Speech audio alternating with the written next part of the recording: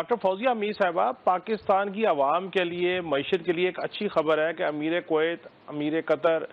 پاکستان دورہ کر رہے ہیں، اور میں یہ سمجھتا ہوں کہ یہ دورہ تسلسل ہے اس تھاٹ کا جو پی ڈی ایم کی حکومت میں شروع ہوا، جس کی آپ کی جماعت جس کا حصہ تھی، اور پھر نگران وزیر اعظم اور وزراء گئے، ایم او یو سائن کیے۔ اب جب یہ آئیں گے تو الٹیمیٹلی کوئی ایسی معاہدے ہوں گے جس سے ٹریڈ کو فروغ ملے گا۔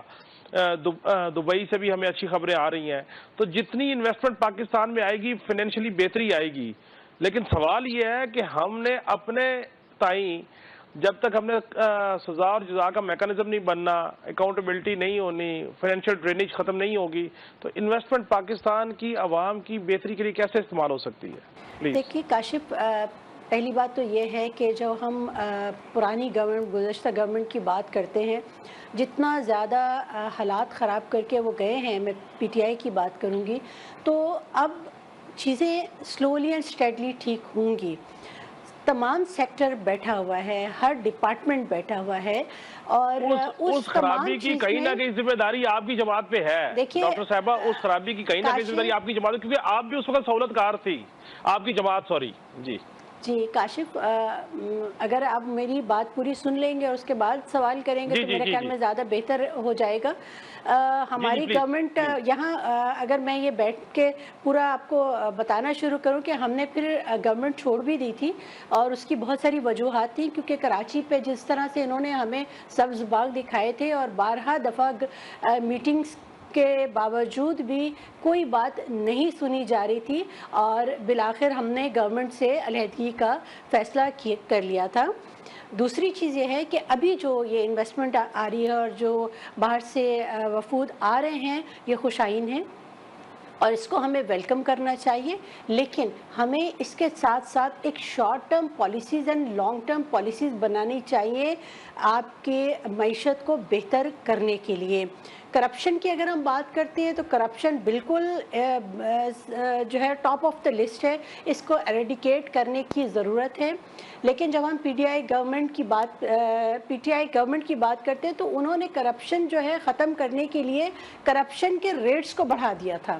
تو ہم بالکل اس وقت چاہیں گے کہ کرپشن کے ریٹس کو نہ بڑھایا جائے، کرپشن جہاں جہاں ہو رہی ہے آئیڈینٹیفائی کیا جائے، اور اس کے لیے پھر ایک لائحہ عمل تیار کیا جائے اور اس چیزوں کو ختم کیا جائے۔ چھوٹے جو کرپٹ لوگ ہیں ان کو صرف نہ سزا دی جائے، جو بڑے کرپشن کر رہے ہیں،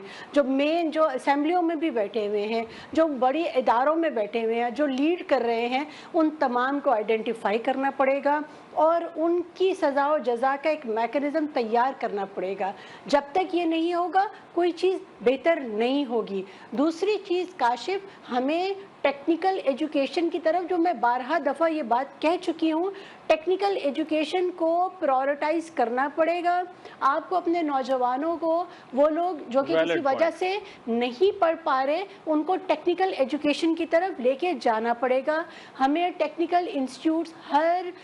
صوبے میں پرائورٹائز کر کے کھولنے پڑیں گے۔ تیسری چیز، جب آپ کو جو میڈیکل سیکٹر ہے، جتنی زیادہ کرپشن میڈیکل سیکٹر میں ہے، اس کو آئیڈینٹیفائی کرنا پڑے گا، اور اکاؤنٹیبل ٹھہرانا چاہیے وہ لوگ جو کہ یہ اس چیز میں انوالو ہیں۔ ابھی کچھ دن پہلے میں این آئی سی وی ڈی میں گئی تھی، اور این آئی سی ایچ میں گئی، اور وہاں میں نے دیکھا کہ ایک انکیوبیٹر میں 6 بچے وہاں ٹریٹ ہو رہے ہیں۔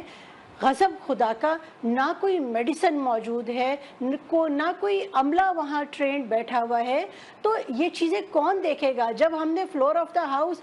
منسٹر صاحبہ سے بات کی تو انہوں نے ایسا جواب دیا کہ جیسے سب ٹھیک ہے۔ تو میں سمجھتی ہوں کہ جو میڈیا کے ساتھی ہیں